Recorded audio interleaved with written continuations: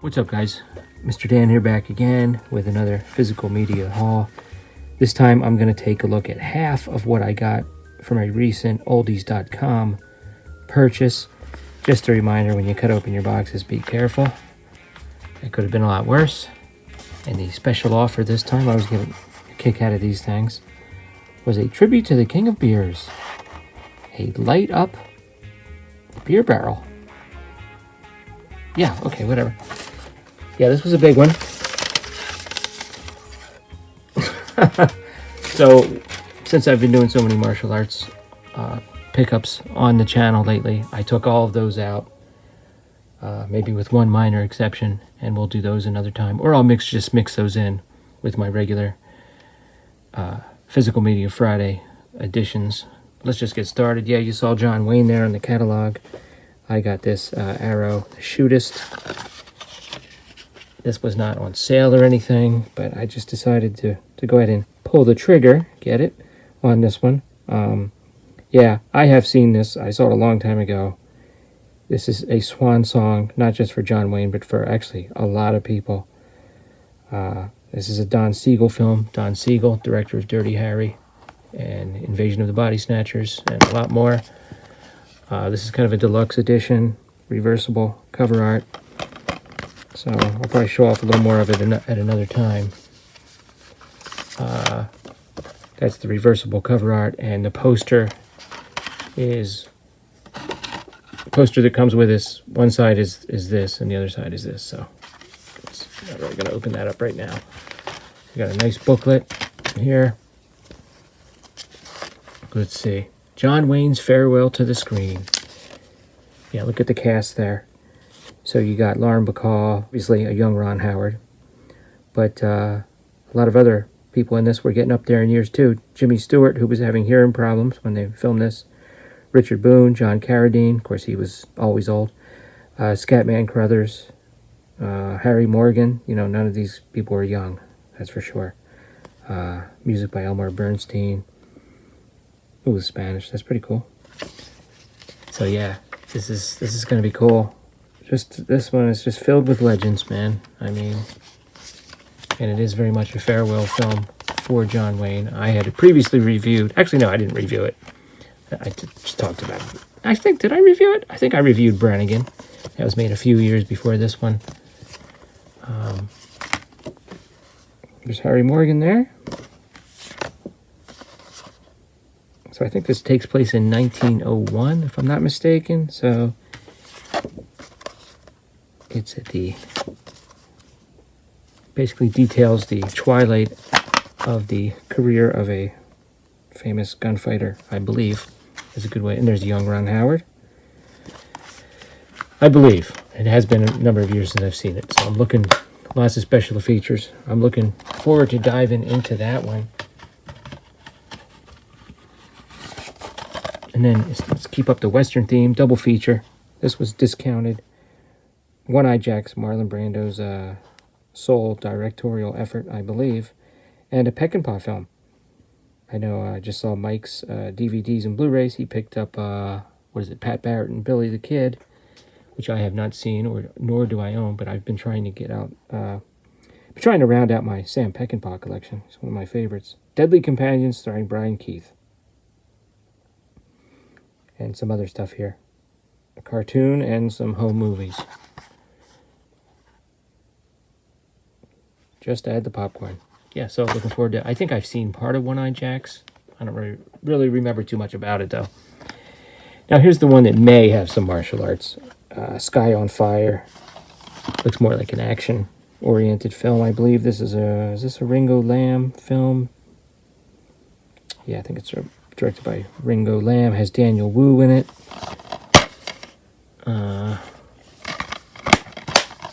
Could be pretty good. Now we get into sort of some B-movie type territory.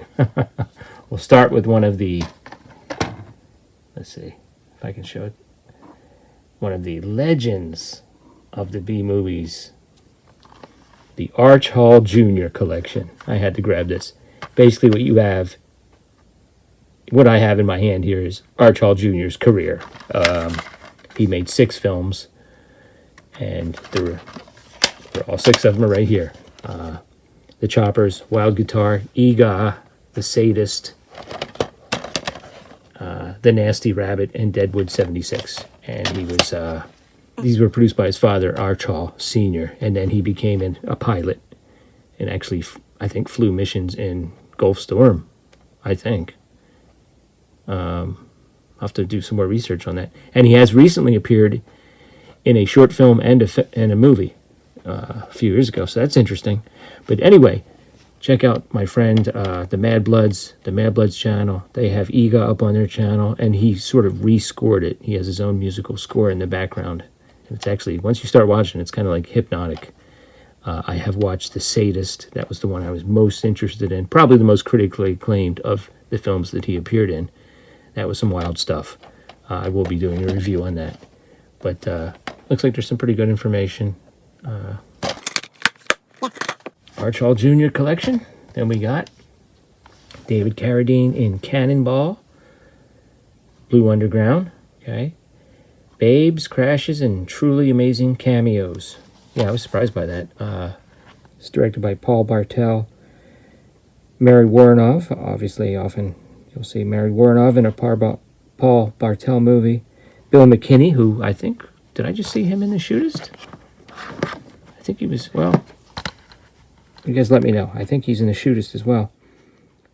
He's probably playing the young upstart punk, I would imagine. Often playing a villain. Garrett Graham, Robert Carradine, Dick Miller. Cameos by Stallone, Martin Scorsese, Roger Corman, Joe Dante, and more. Judy Canova and more. That should be fun. I like chase movies and / car crash movies. Next, My Little Eye. Fear is not knowing, terror is finding out. That is a bold statement right there. I don't know anything about this. I never heard of it. Not that expensive at all. Really don't recognize any of those names either. So, give it a shot though.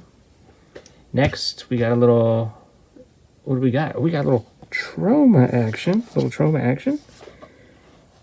Angel Negro, from the director of Sangre Eterna. A film by Jorge Olguin.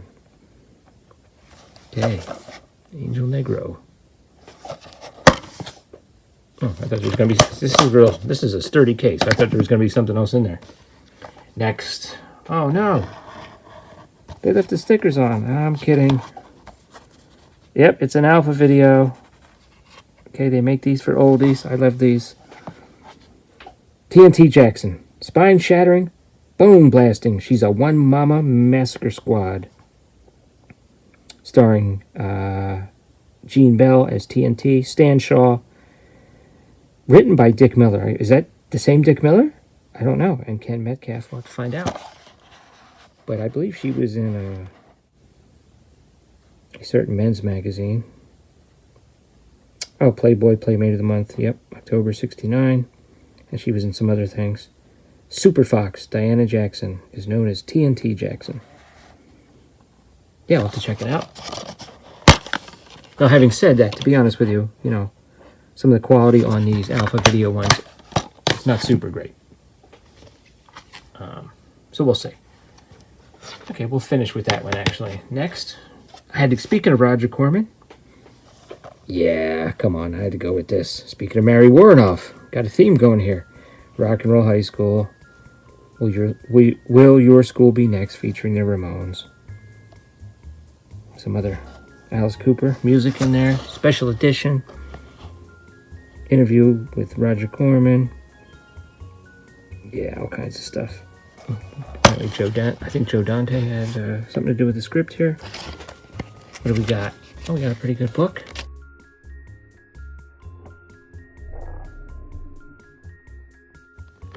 Definitely have to review this and get deeper into this.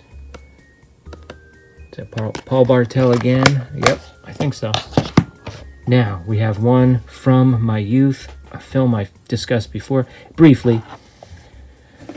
The film that really messed me up as a kid, as a whole, was Tourist Trap. Right behind that was probably this one, The Flesh Eaters. There's something in that water that eats flesh.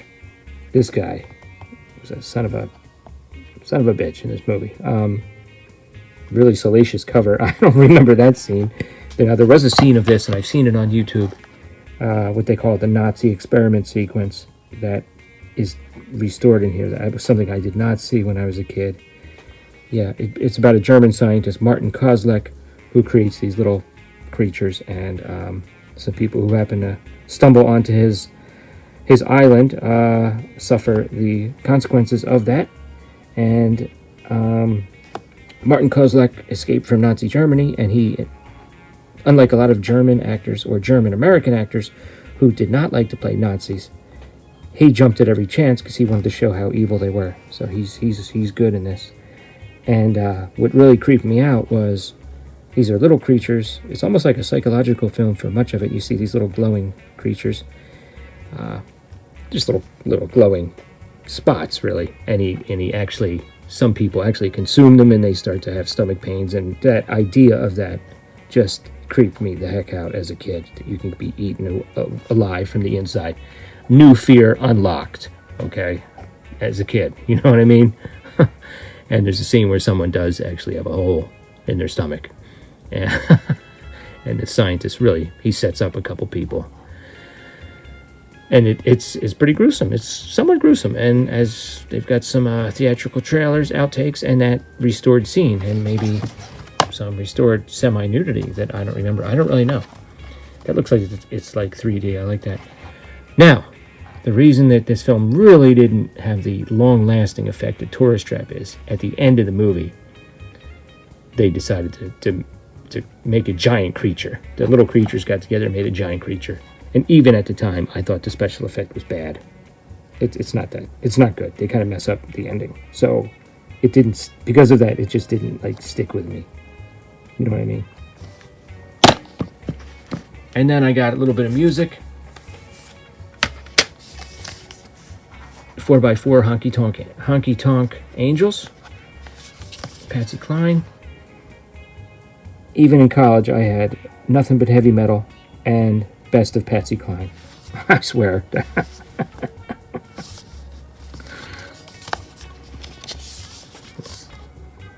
Yeah, they got a lot. Look at all these different ones. 4x4 Soul Brothers, America's Sweethearts. Yeah. So if some of those other ones aren't on sale from oldies now, they may be in the future. And then we got East Coast, West Coast. Not what you think, though. Great group sounds from the 50s, from 1950 to 61. You know, a lot of these groups are long forgotten, but I like this kind of music. The Mellow Moods, the Cabineers, the Don Juans, and then on the West Coast you got the Robins, the Flares, the Cobras, the Crescendos, the Gladiators, the 16s, the Fabulous Pearls. Yeah, I enjoy that kind of music. Anyway, there you go. What do you guys think of the haul overall? What are your thoughts? What are you interested in? Anybody else pulled the trigger on this shootist edition from Arrow? And let me know in the comments below. I'll check you guys next time. Later.